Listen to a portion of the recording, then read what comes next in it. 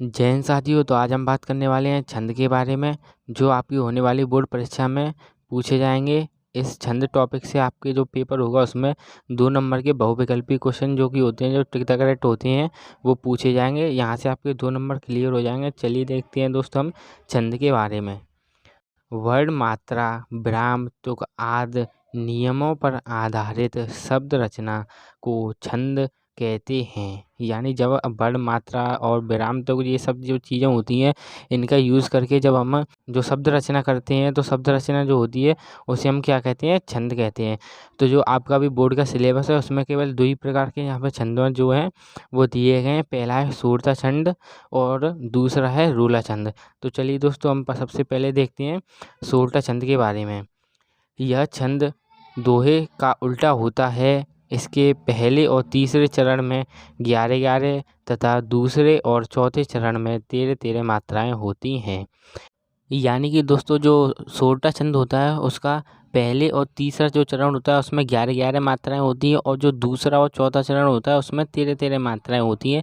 यहाँ पर दोस्तों आपको अच्छे से याद रखना है, जो हमारा सोरठा छंद होता है उसके पहले और तीसरे चरण में 11-11 मात्राएं होती हैं, और जो दूसरा और चौथा चरण होता है उसमें 13-13 मात्राएं होती हैं। क्योंकि जब जो बहुविकल्पीय क्वेश्चन आएंगे जो टिक द करेक्ट होते हैं, उनमें पूछ सकता है कि सोरठा छंद के जो होता है उसके पहले और तीसरे चरण में कितनी कितनी मात्राएं होती हैं, और दूसरे और चौथे चरण में कितनी कितनी मात्राएं होती हैं। तो ये मात्राओं जो जो हैं आपको अच्छे से याद रखनी है। चलिए दोस्तों अब हम देखेंगे सोरठा छंद के कुछ उदाहरणों के बारे में।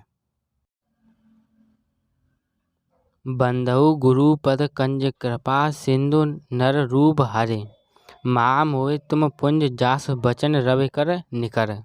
यानी जो उदाहरण है ये इसमें आप देख सकते हैं कि यहाँ पे जो है सोरठा छंद है, और ये सोरठा छंद का उदाहरण है। ये उदाहरण आपको याद कर लेना है, क्योंकि जो टिक द करेक्ट आ सकते हैं उसमें उदाहरण देके भी पूछ सकता है कि बताइए ये किस छंद का उदाहरण है। तो आपको यहाँ पे सोरठा छंद का ये उदाहरण भी अच्छे से याद रखना है। अब हम देखेंगे दूसरा उदाहरण, जो कि है मूंग होई बाचल पंगु चढ़े गिरिवर गहन, जासु कृपासु दयाल दिरवो सकल कलिमल दहन। यानी जो जो उदाहरण है वो भी सोरठा छंद का ही उदाहरण है, ये भी आपको याद रखना है। अब हम बात करेंगे रूला छंद के बारे में। जो यह सममात्रिक छंद है, इसमें 4 चरण होते हैं और प्रत्येक चरण में 24-24 मात्राएं होती हैं। 11 और 13 मात्राओं पर यति होता है। यानी जो रोला छंद होता है यह एक सममात्रिक छंद है। इसमें 4 चरण होते हैं और प्रत्येक चरण में 24-24 मात्राएं होती हैं, और 11 और 13 मात्राओं पर यति होता है।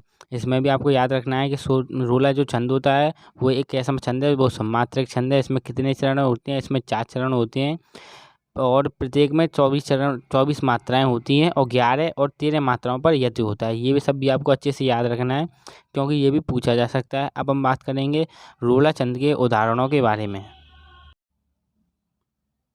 को पपिया पंचत्व प्राप्त सुन जमगन धावत, बिन बिन बार वीर बढ़त चौचंद मचावत, पे ताकी ताक लोथ त्रिपकटा के तट पर लावत, 9-2-11 होत 3-5 बिसरावत।